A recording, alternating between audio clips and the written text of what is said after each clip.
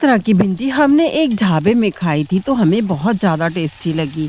वही प्याज टमाटर वाली भिंडी बनके ये तैयार हुई है, जबरदस्त स्वादिष्ट है। भिंडी बनके तैयार हो गई तो हमने इसमें थोड़ा सा पानी भी छिड़क देना है, जिससे कि इसमें एक्स्ट्रा ऑयल सारा निकल जाता है। और मसाला तो आप देख ही रहे हैं फ्रेंड्स कैसे भिंडी से अच्छे से लिपटा हुआ है, और जो ये टमाटर हैं वो भी अच्छे से सॉफ्ट हो जाते हैं। और इसे बनाने का राज ढाबे वाले भैया से ही पता चला है।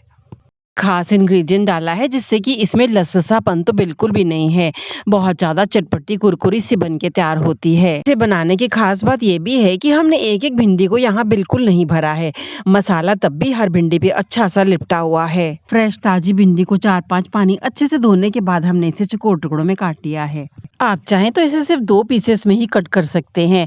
इसकी टिप और टेल को हमने काट लिया है। सारी भिंडी कट के तैयार हो चुकी है और अब हमने सारी भिंडी को बीच से भी कट कर लिया है, ताकि हमारी भिंडी ना तो बहुत ज़्यादा बड़ी और ना ही छोटी बन के तैयार हो। मीडियम आकार का ही रखा है। 2 बड़े साइज के प्याज को लिया है, 4 टुकड़ों में हमने इसे काट लेना है। प्याज की जो 2-2 कलियां हैं उसको हमने निकाल लिया है, और जो बीच के जो मोटे पार्ट हैं उसको हम मसाले में इस्तेमाल करेंगे। इसके लिए हम जिस मसाले को तैयार करेंगे उसके लिए हमने 3-4 मिर्ची, थोड़ा सा लहसुन और रखे प्याज को ले लेना है। और अब हमने इस मसाले को चॉपर में चॉप करके तैयार कर लिया है। बड़े साइज के टमाटर को 4 टुकड़ों में कट कर लिया है। बीजों को हमने हटा लिया है, और अब इस टमाटर को तो हम किनारे रख देते हैं। एक और टमाटर लेके हमने उसे चॉप कर लिया है। कि हम यहाँ पर प्याज टमाटर वाली भिंडी बना रहे हैं तो हमें यहाँ पे 2 प्याज 2 टमाटर चाहिए होते हैं। सारी कटी हुई भिंडी को हमने इस बड़े से टब में डाल दिया है, और इस पे हम डालेंगे कुछ मसाले। आधा किलो भिंडी के लिए 1 चम्मच नमक पर्याप्त रहता है। 1 चम्मच भर हमने हल्दी ली है। 1 चम्मच चाट मसाला लिया है। और जिस सीक्रेट इंग्रेडिएंट की हम बात कर रहे हैं फ्रेंड्स, वो है बेसन, और इससे हमारी भिंडी बहुत कुरकुरी सी बनती है। इसे ज़रूर ऐड करिएगा।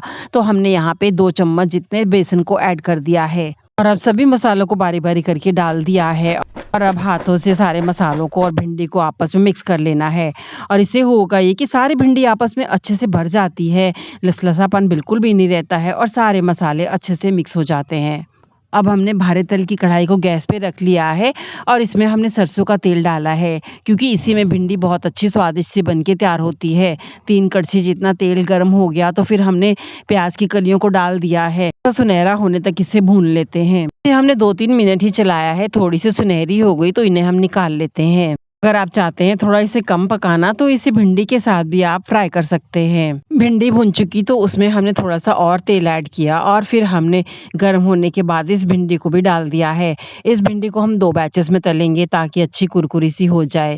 ध्यान देने वाली बात ये है फ्रेंड्स कि हमने इसे मीडियम आंच पे तला है, और हमने इसे बार-बार बीच में नहीं चलाना है, ताकि इसका मसाला इस पे बराबर सा बना रहे। जब अच्छे से एक तरफ सिक जाएगी फिर हमने पलट के इसे दूसरी तरफ सेक लेना है। और ये वाली भिंडी सिककर तैयार हो चुकी तो हमने इसे प्लेट में निकाल लिया है, और इस तरह दूसरे बैच की भिंडी को भी तल के तैयार कर लेना है। इस तरह से हमने दूसरे बैच की भिंडी को भी तल लिया है, और अब आप देख के समझ पा रहे होंगे कितनी कुरकुरी सी भिंडी बनके तैयार हो चुकी है। खाने में है बेहद स्वादिष्ट। यहाँ पे आप चाहें तो इसका नमक देख सकते हैं, लेकिन यहाँ पर अगर आपने गलती से एक बार भी इसका नमक देख लिया तो आपका मन होगा कि हम सारी भिंडी को इसी तरह से कचर-कचर खा जाएं। बहुत ज़्यादा स्वादिष्ट लगती है। इस समय बहुत ज़्यादा टेस्टी भिंडी बनके तैयार हो चुकी है। अब फिर से हमने कढ़ाई में तेल थोड़ा डाल लिया है। तेल गर्म हो चुका तो हमने तैयार मसाले को इसमें डाल देना है।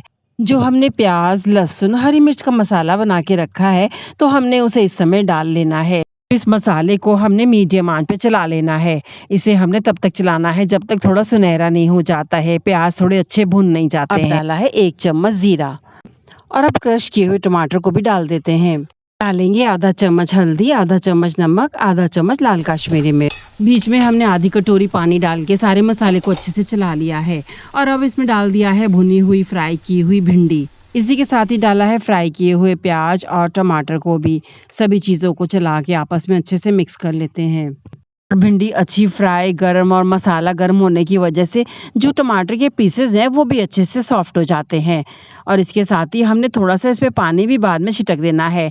तो इस तरह से सारी भिंडी बनके तैयार हो चुकी है। ये चीज़ें अच्छे से मिक्स हो चुकी हैं, तो हमने आधी कटोरी जितना इसमें पानी भी डाल देना है।